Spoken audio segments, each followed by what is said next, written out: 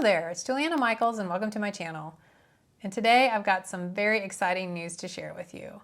My next live class, Stretch Your Stamps, is now available. The live class will take place on Saturday, February 21st at 10 a.m. Eastern Time, and it will be two 2-hour sessions. So it will run from 10 a.m.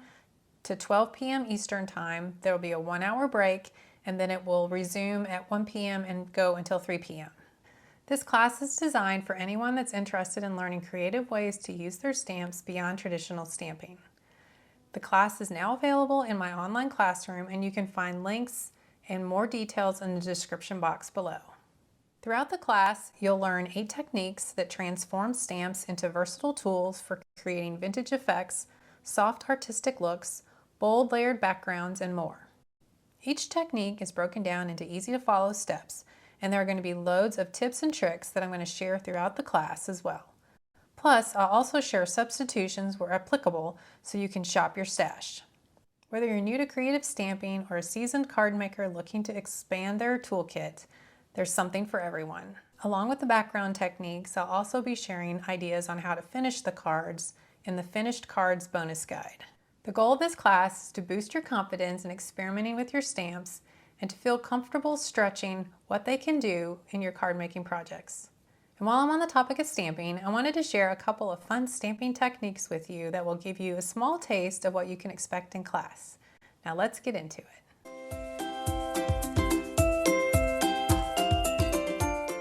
The supplies I'm going to be working with are some stamps and dies here. I've got the Postage Stamps 3, designed by Esther Glaus for Elizabeth Craft Designs. And then I'm also going to be working with these 2 sets from Tim Holtz, Specimen and Papillon. So I'm going to be using this one here for the background stamping and then the butterfly here.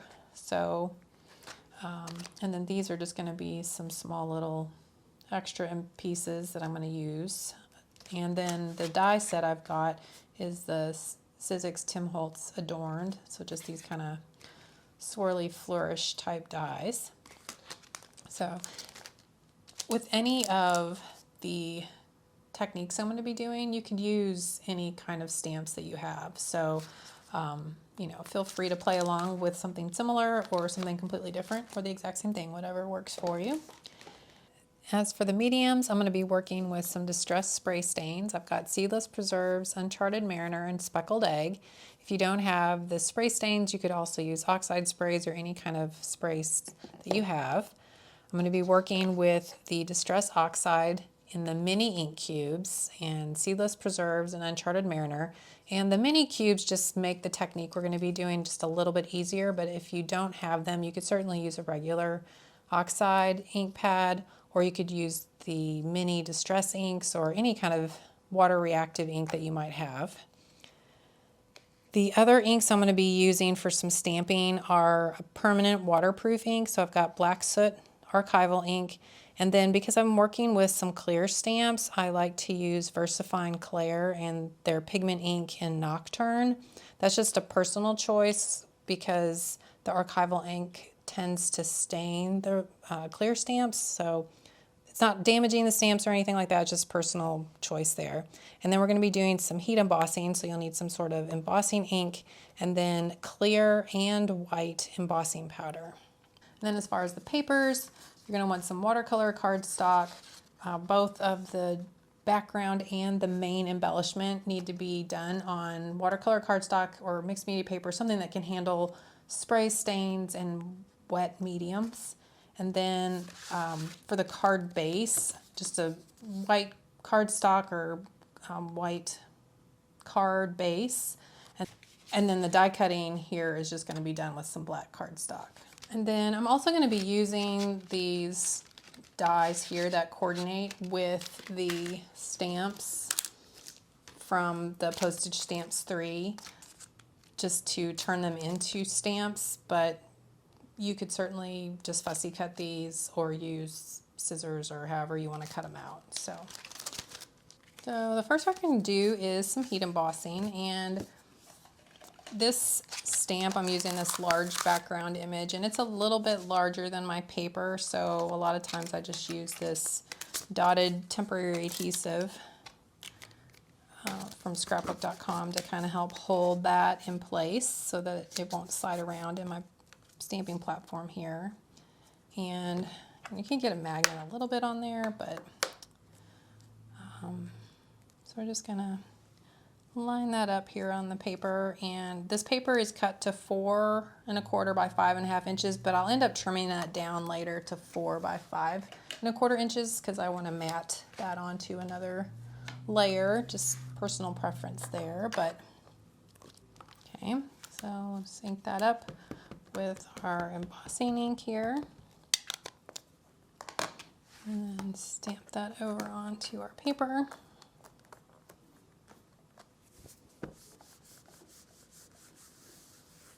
And if you want to stamp that a couple times just to make sure you've got good ink applied, you can.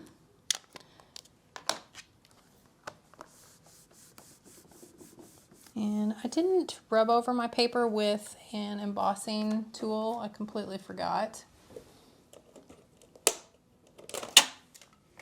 But you could certainly do this before you do the stamping if you're worried about little specks of embossing powder getting where you don't want it. I'm not super worried about it with the technique we're going to be doing here. So, and then, you know, just kind of a mixed media effect. It's kind of okay if there's extra things here and there.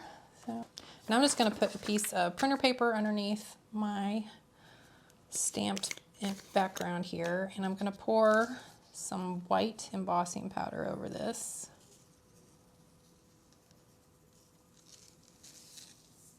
Let's make sure I got good coverage there.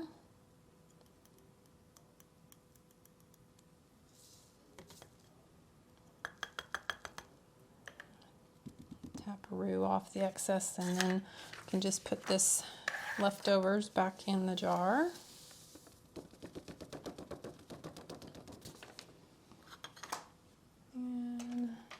Going to heat emboss this with the heat tool. If you've got any little stray powder here and there that you don't want, you could just, you know, wipe that off with your finger, or you could grab a little small paintbrush.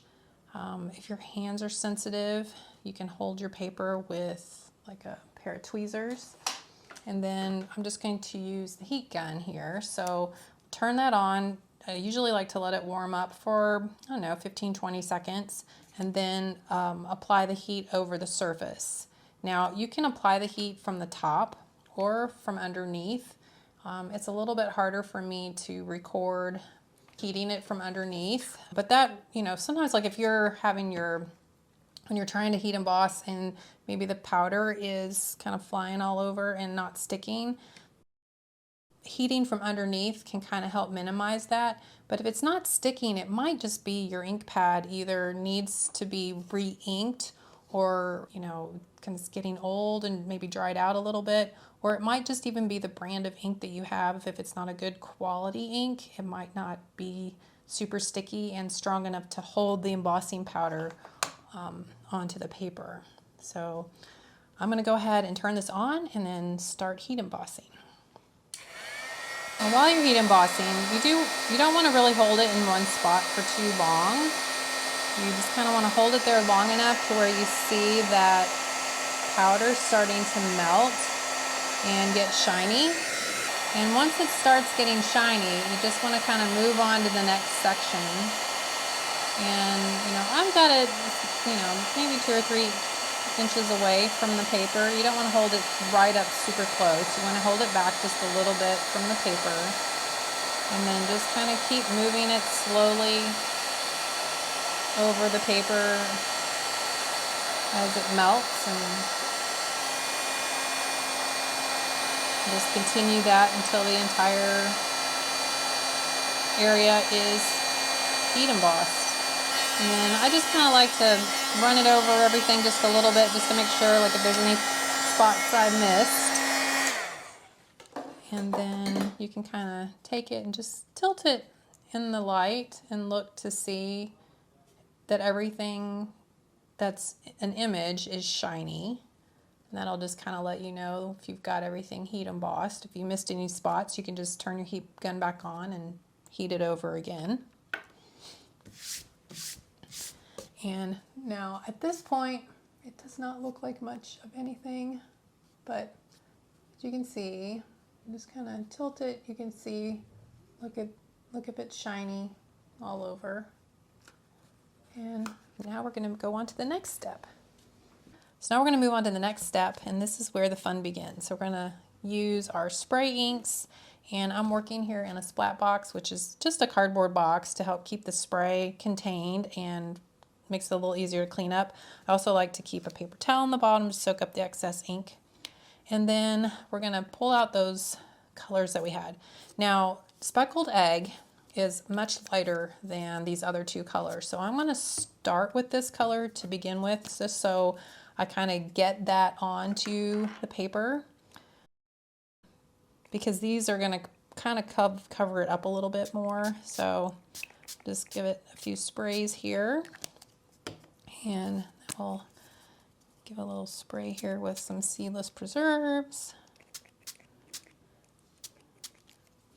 And the biggest thing with the sprays is don't be afraid to just push the nozzle down and go. So as scary as it can be, just spray and go. So at this point, if you kind of like all that little specklediness, you can leave that and start drying. If you want to blend things a little bit more, you can just spritz a little water on there.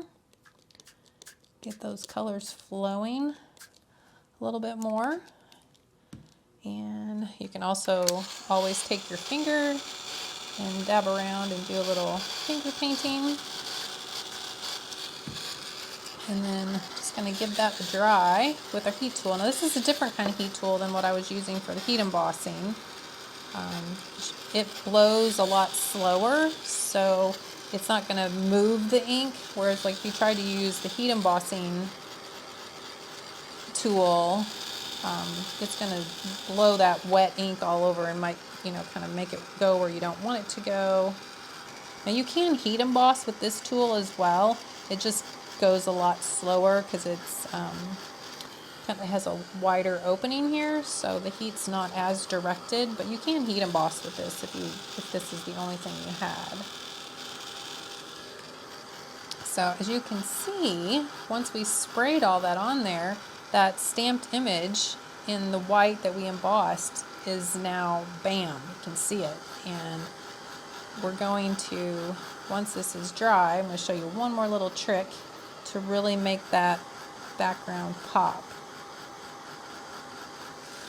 Now, if you want to add some more splatters or a little more ink or anything, you certainly can. I'm going to add a few more little dribblies of water. Let that sit a minute. And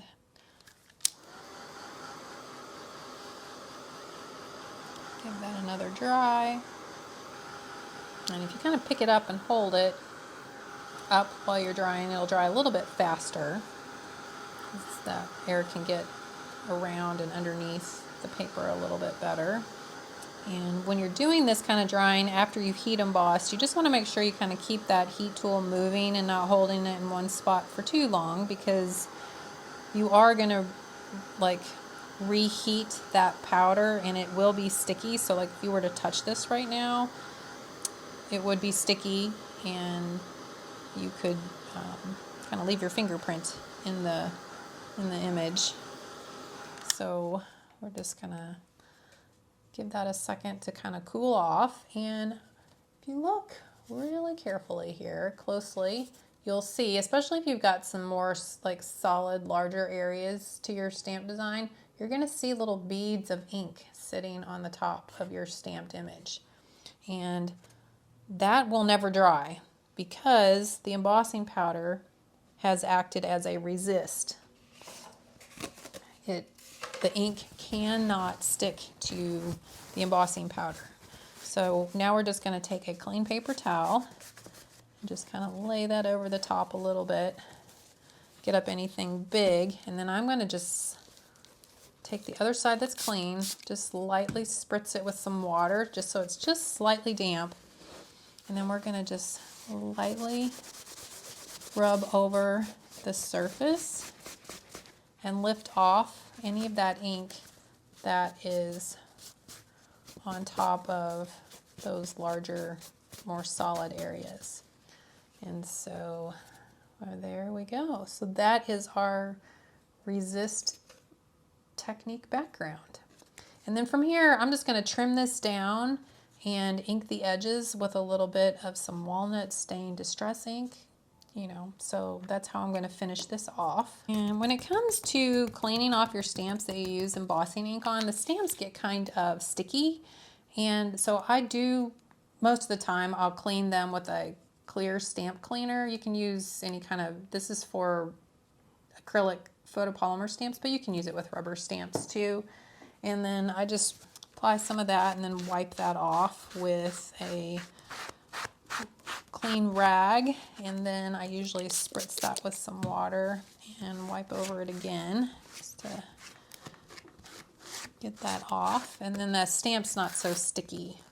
So now we're going to work on our butterfly. And I've got a piece of watercolor cardstock here, and I've got the permanent ink, the archival ink in black soot, and I'm just going to ink up my stamp here with that archival ink and stamp that over onto my paper.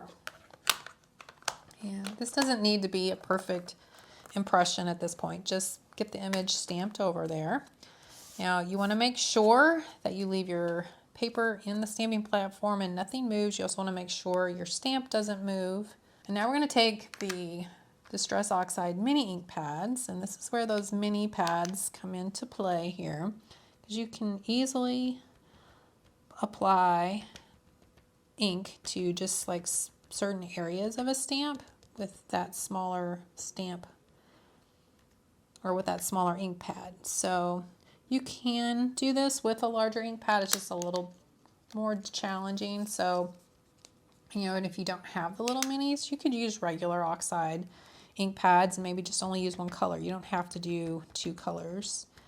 So now I'm just going to do that Seedless Preserves to the rest of the butterfly wings. And it doesn't matter. I mean, I'm not going for trying to get a lot of it on the body. So like if you get some on the body, you know, you can wipe that off a little bit if you want. And if you get any of the Uncharted Mariner onto the Seedless Preserves, you can just wipe that off with like a paper towel or onto a clean piece of paper, and your ink pads will be fine. It's not going to hurt them at all. And now you're going to take your water bottle, your distress sprayer or whatever you're using, and you're going to pretty liberally spray this with water. Now, not like dripping wet, soaking wet completely, but pretty wet. And then you're going to close that over onto your paper, and we're just going to let that sit for a few seconds there and then lift up. Now, I didn't push it, I just kind of sat it down over there. And you may, depending on how much water you sprayed, you may get some little puddles, and that's okay. And then I'm going to spray it again here and repeat that. And, you know, you can use your finger to kind of spread some of that around if you like. I always don't mind a little bit of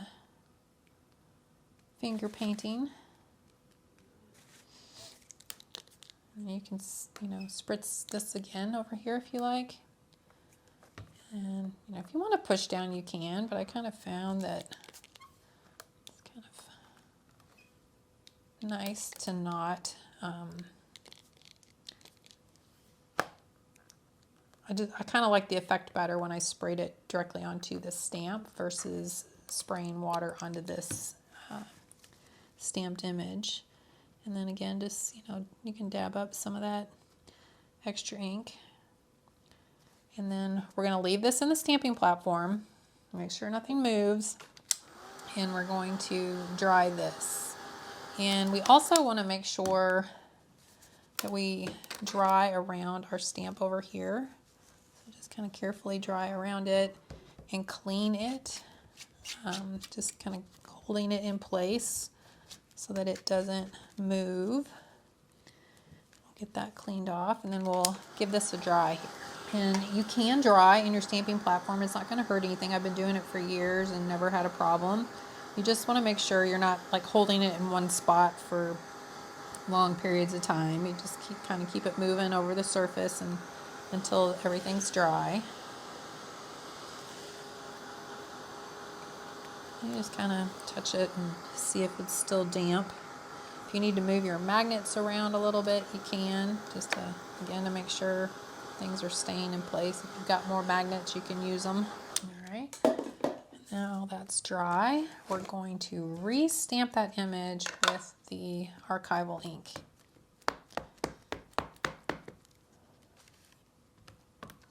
Give it a good inking there. Give it a little elbow power there, and there we go. Now if you want to stamp it again, you can. I'm going to do one more stamp just to get it a nice dark impression. There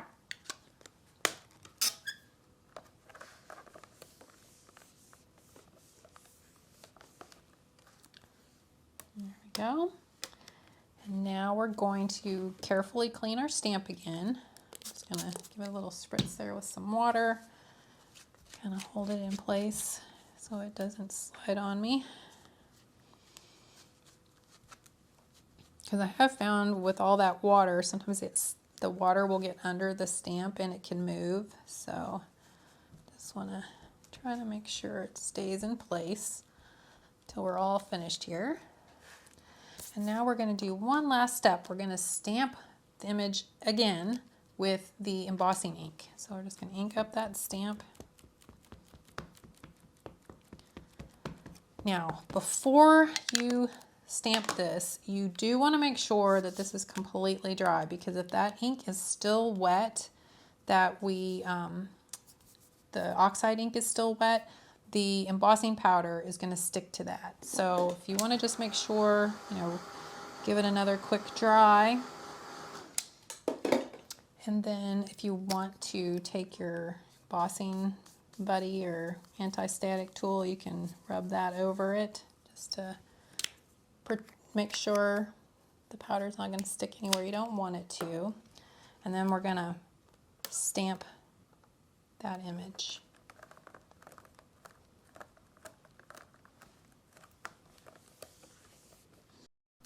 If you want to stamp it again just to make sure you got a good impression, good ink coverage, you can do that. Okay, now we're going to remove the paper from the stamping platform, so it's okay to do that now. And now we're going to add the embossing powder. So I'm going to take the clear embossing powder this time. And I've got that printer paper under there, and I'm just going to pour that clear powder over the top here. Tap off that excess. Turn that to the jar. And then I'm going to use my heat gun to heat emboss this image.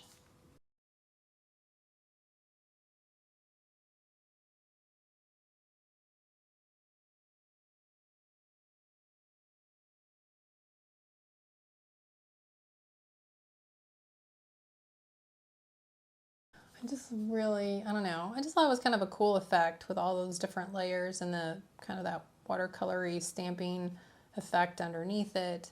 And then you can still see the detail, but then it's shiny. So I don't know, I just kind of liked how it turned out. It was kind of cool. So then once you have this heat embossed, you can just use a pair of scissors to trim around this. If you want to leave off the antenna and the little legs, because it's just too much to deal with, feel free to do that. Just whatever's easier for you.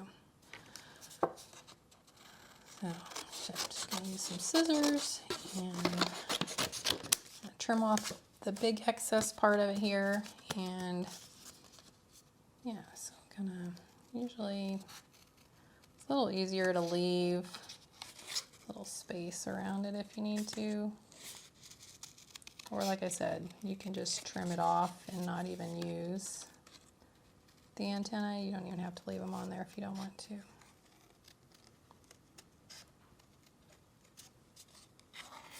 I'm going to leave a little white edging around mine.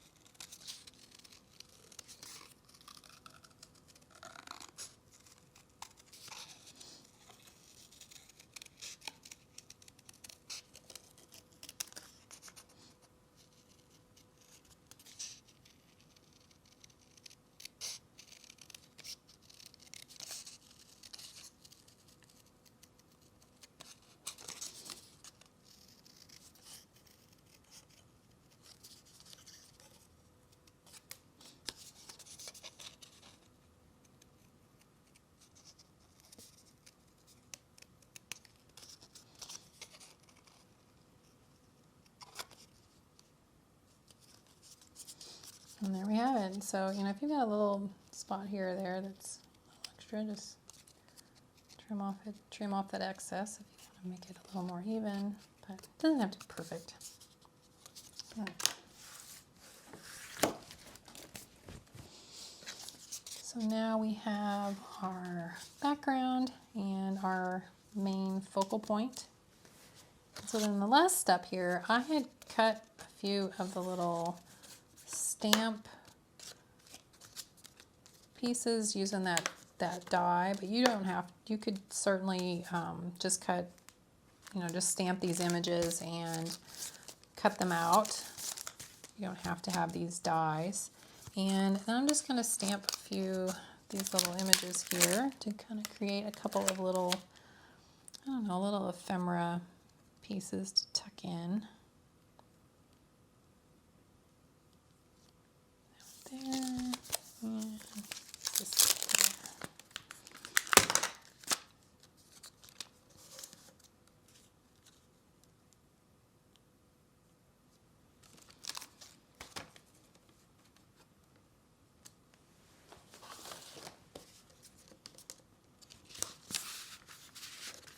I always forget to put my little foam pad back in there when I'm switching back to the clear stamps.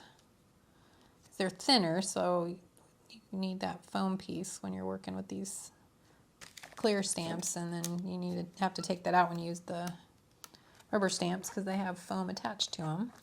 So then we're gonna just ink those up, and as I mentioned earlier, I like to use like a pigment ink when I'm working with the clear stamps because it will clean off of the stamps and not stain them as bad. Which again is just a personal preference for me. So there we go. Just wipe off those stamps, and I usually use just a little water.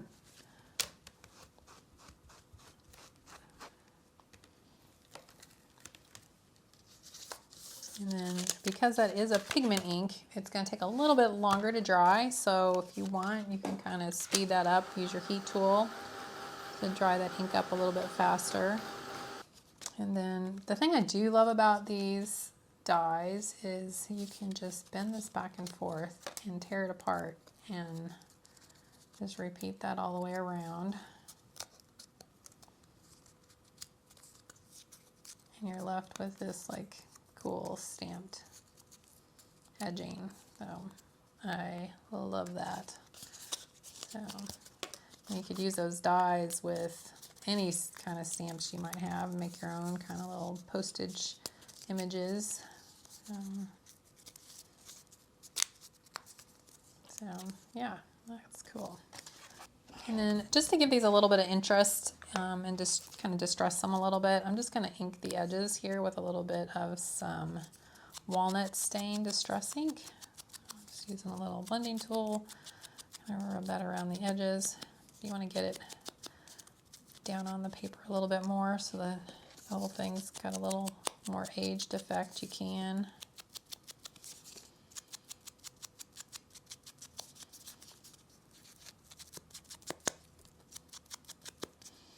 And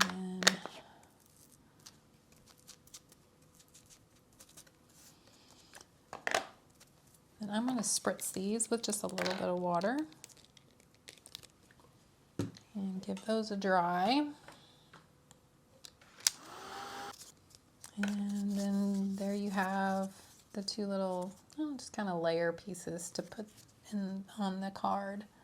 So yeah, so there we have all of our pieces. And then I also die cut some of the little swirl pieces from the black cardstock that I'm just gonna layer underneath here. And then these will kind of layer underneath the swirls. I didn't want to cover up the swirls, and then we'll just adhere everything. And then I'll just kind of also ink the edges of this with a little bit of that walnut stain. Kind of give it a little bit of a distressed finish as well.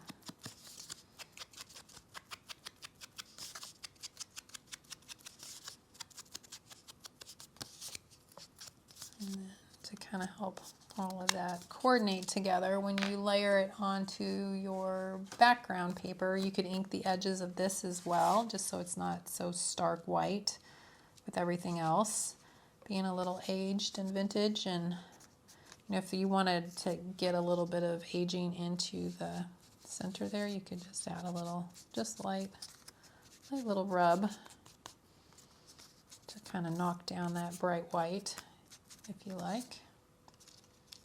And then finish it off with whatever sentiment you like.